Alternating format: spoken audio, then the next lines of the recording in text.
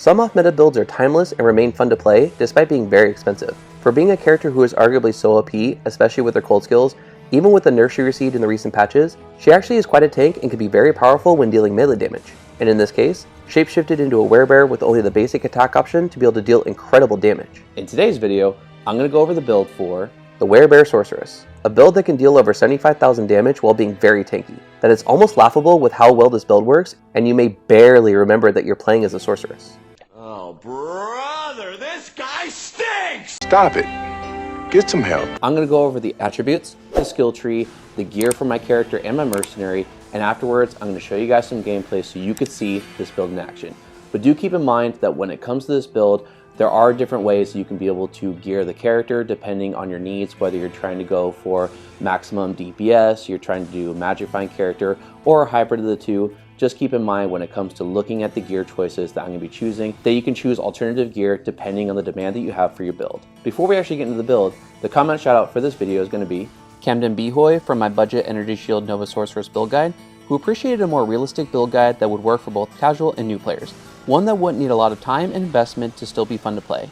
This is why I enjoy having two different versions, endgame and budget, for the build guides for the same build if I can do so. That way, no matter your wealth or time that you'd have to be able to play this game, everyone can have versions of builds that they can make and have fun playing. Now let's go ahead and get into the video.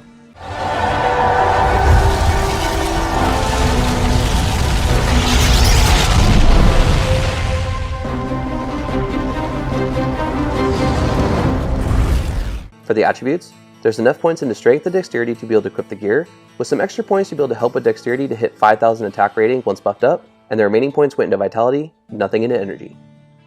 For the skill trees, starting with the fire skills, you want to max warmth, max enchant, and lastly max fire mastery, as this will help to boost the damage being done while enchanted. For the cold skill tree, max out frozen armor, as this skill, of all the 3 different armor skills, frozen armor, shiver armor, and chilling armor, frozen armor actually freezes enemies, so there's never a need to be able to go beyond this skill when it comes to the armors besides synergizing frozen armor. Lastly, for the lightning skill tree, you want to max lightning mastery, 1 point into teleport, 1 point into energy shield, and the remaining points went into telekinesis to be able to have slightly less mana consumed per level for energy shield.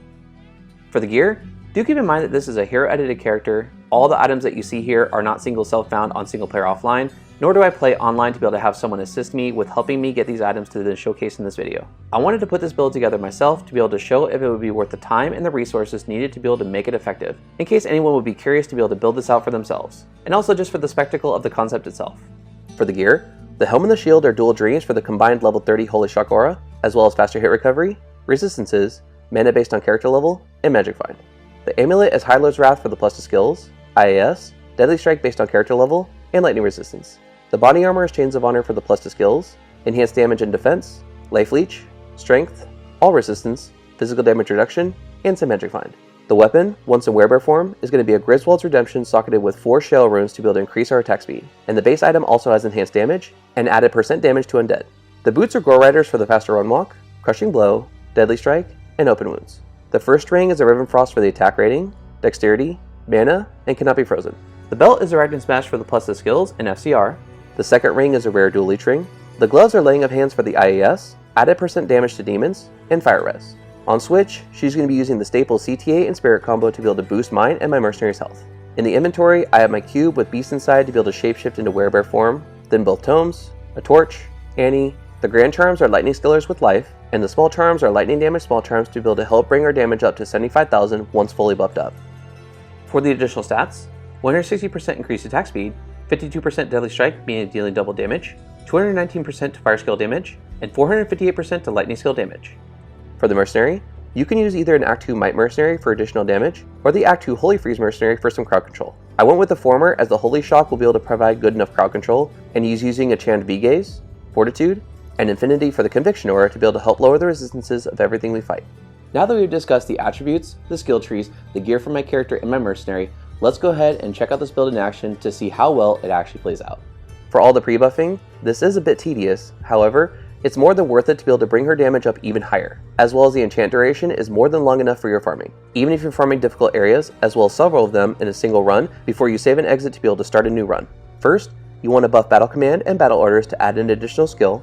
Then, you want to use as many fire skillers as you have, items with either plus to sorcerer skills or plus to fire skills, such as an enchant Ormus Robes, 3 to fire skills amulet, 3 to fire skill headwear, eschew his temper with a good roll on skills, mage fists, stones of Jordan or BK rings for their plus to skills, or just any items in general that even have just plus to skills, and cast enchant to be able to add a ridiculous amount of damage with this build. Once you have then casted enchant on yourself and your mercenary, you will then replace all of your fire skillers with all of the items mentioned in the gear section. Now using the Rumor Memory, buff Energy Shield. You can also buff with Metamorphosis for the IAS and the additional physical damage reduction, and lastly, once again buff your battle command and battle orders with CTA, shapeshift into a werebear form using Beast, and from there, switch to Grizzald's Redemption and let the bear run around rampant all across Sanctuary. And as an alternative for those who wouldn't have Grizzald's weapon to use, a 6-shelled Phase Blade is incredibly cheap and works really well to help boost your IAS until you can find a more ideal weapon to use. And now go full Revenant upon all of Sanctuary as you 1 or 2 shot damn near everything you come across. With the gameplay, for anyone who'd be curious as to which player settings I'm using for my build guides, the past, presently on screen, and in the future, down in the bottom left corner is what the example gameplay being shown is currently at. At times, I enjoyed the idea of just being able to walk around. I didn't even need to attack at all. The Holy Shock pulse damage killed everything for me, and if anything lived long enough to actually get close, they will most likely have been taking damage leading up to actually fighting you, so taking them out is much easier.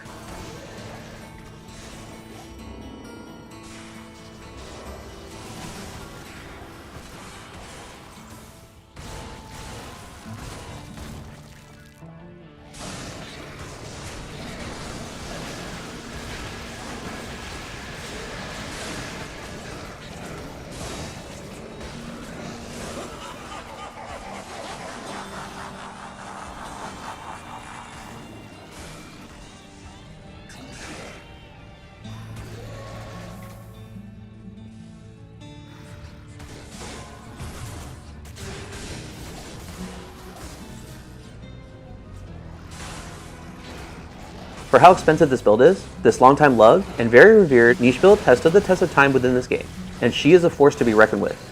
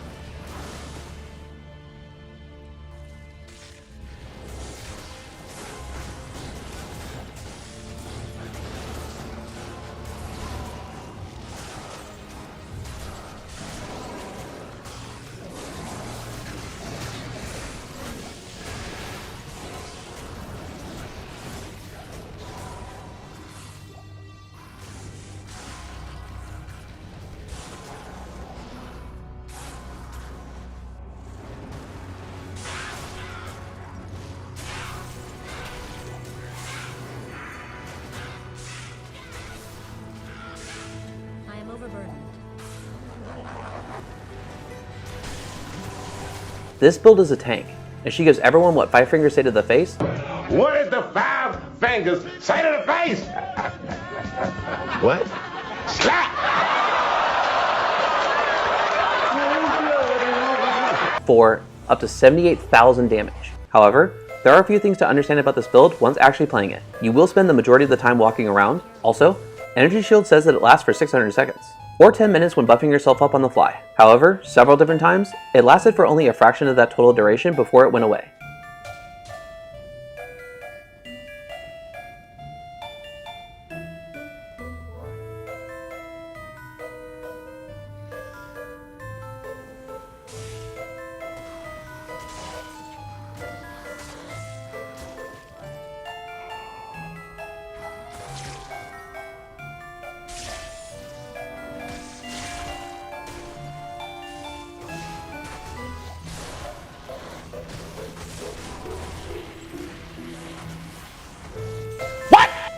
To add on top of that, be timely when you're coming in and out of werebear form to be able to buff everything again. I unfortunately had a few different situations, including Baleway 4, where I had to teleport away and rebuff before I could rejoin the fight, whereas if I stayed in one place, it wouldn't have gone so well for me.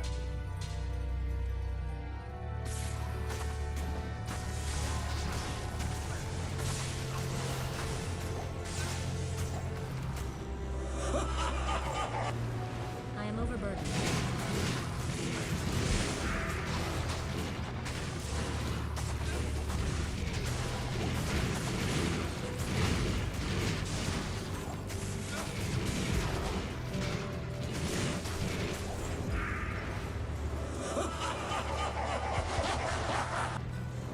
Being that energy shield is active, be mindful of enemies that can and will drain your mana very quickly, as well as any poison damage bypasses mana when taking damage. But with all of those points of consideration, she worked out very well.